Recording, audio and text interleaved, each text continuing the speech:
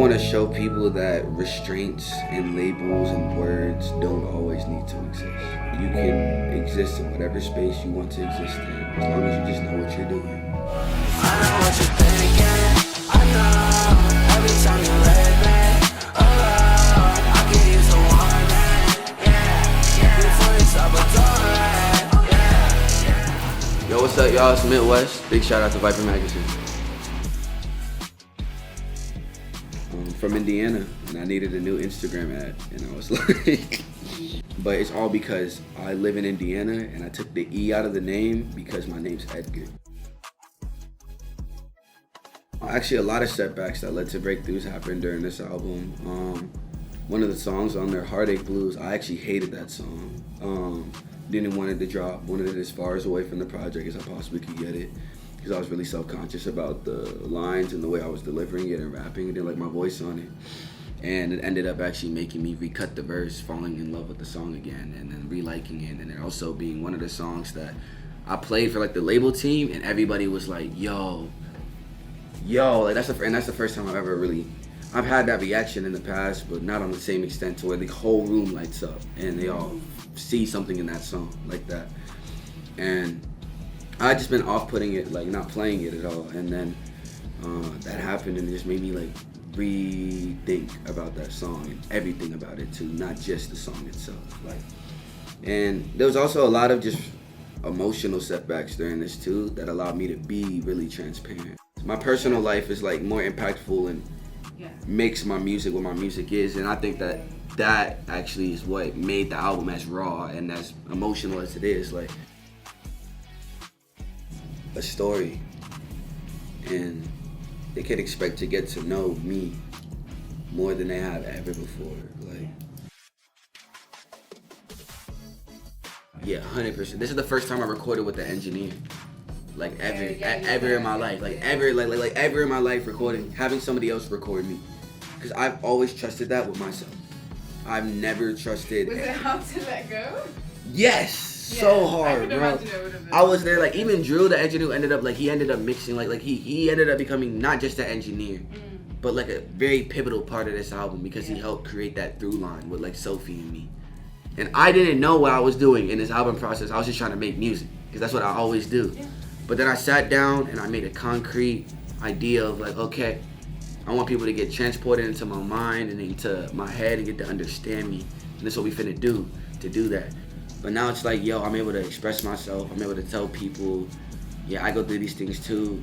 I've been through like a shitty relationship. I've been through a lot of things a lot of y'all have been through.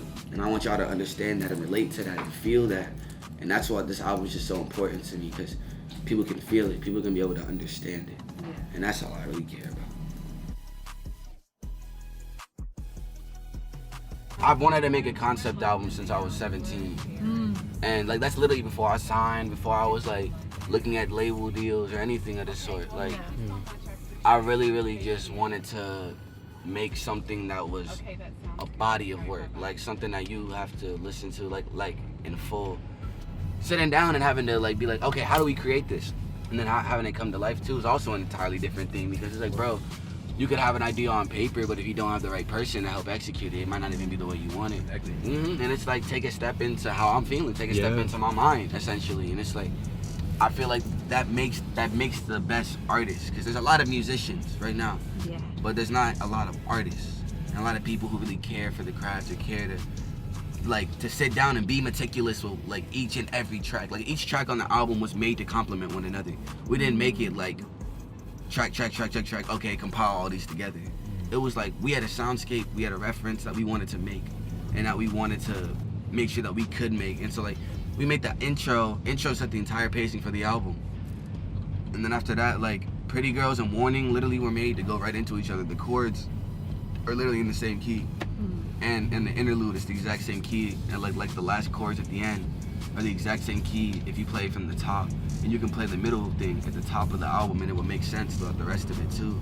And I think that that's what the coolest thing about like being able to be an artist is like, bro, I can create those worlds, and I can also do it in the right way. It's not like me trying to rush it or anything. I would say that I was always doing something that nobody else was doing in Indiana. And I can confidently say that. Yeah. Cause I was an online kid and I was hopping on beats and shit that no type of person in Indiana was hopping on. Everybody in Indiana, besides like my friend Ricky Wedlow and like a couple other people, like this kid named Jalu, like those are like the only kids I can think of right now who make something different or out of the thing. Like and this kid named Luke Amaral. He's really fucking hard. He's a really good writer. He also is an engineer and like, but all of this stuff, like bro, there's not that cool of a scene. A lot of the people there have their egos inflated.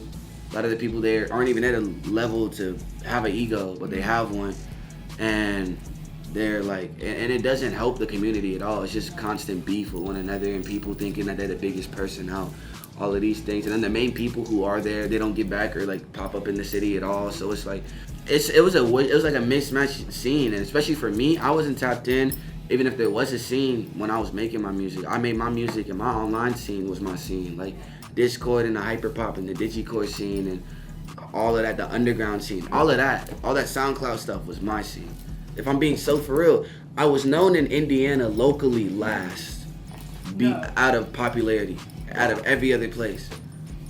I was big on the internet before I was big in Indiana. And it's like, but it's because I wasn't making the type of shit that Indiana people were listening to. They were listening to like Slide on a Block, like straight, like yeah, like very, very, very inspired by Chicago drill type drill. Like I was like, fuck it, I can't find people here. I'm gonna do this shit myself. The energy and the amount of devotion they have to me playing a certain song. Scream at you when you're on stage. Play that one. Play 223s. Yeah. Play Baby Try. Yeah, like, play Lock It Up. Like, the amount of DMs I've got, even just for Reddit, for people telling me to bring them on stage, or like, I know all the lyrics to 223s, or I know all the lyrics to this song. It's mad to me. My music's touching people. That sounds crazy to me. Like, I never expected to have that impact or to be able to do that. And to see that, especially have people be eager, telling me that they're coming specifically for me or to see me and stuff, like, it makes me geek out because it's like, this is a feeling that I never expected to feel because I doubted myself a lot, especially to get to this point. Yeah. And it's just really happy to see myself where I am.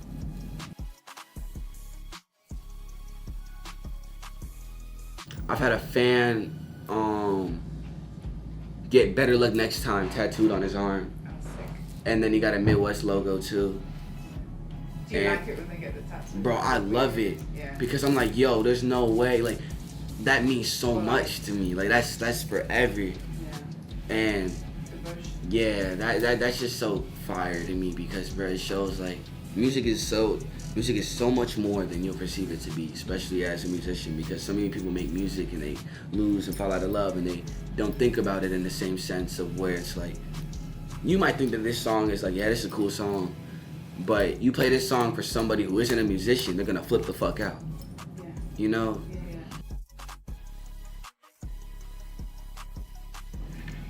I'm not gonna lie. Warning. That That's a one. new one. I just love that I thought you were song. gonna say like an old one. I just love that song. But if I'm being honest, it's either that or trying. Trying, to be honest. Trying just never goes wrong. Yeah. Because that's just one of those ones. I want to show people that restraints and labels and words don't always need to exist. And that you can exist in whatever space you want to exist in, as long as you just know what you're doing. Rap specifically has always been a certain thing, or perceived in a certain way. But those ways and those things are being broken and being torn apart. Like, you're seeing rappers make pop songs, you're seeing pop artists work with rappers, you're seeing reggaeton artists work with rappers. Like, Burna Boy has J. Cole on his album. Yeah.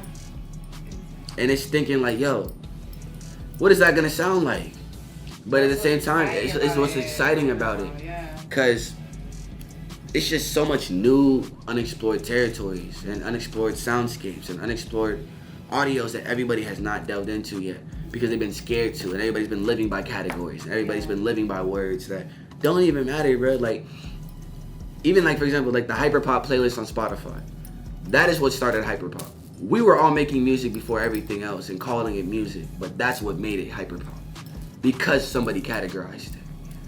And then that's why so many people try to fight that label and try to fight that word, because it doesn't feel like we made that for ourselves. Y'all put that upon us.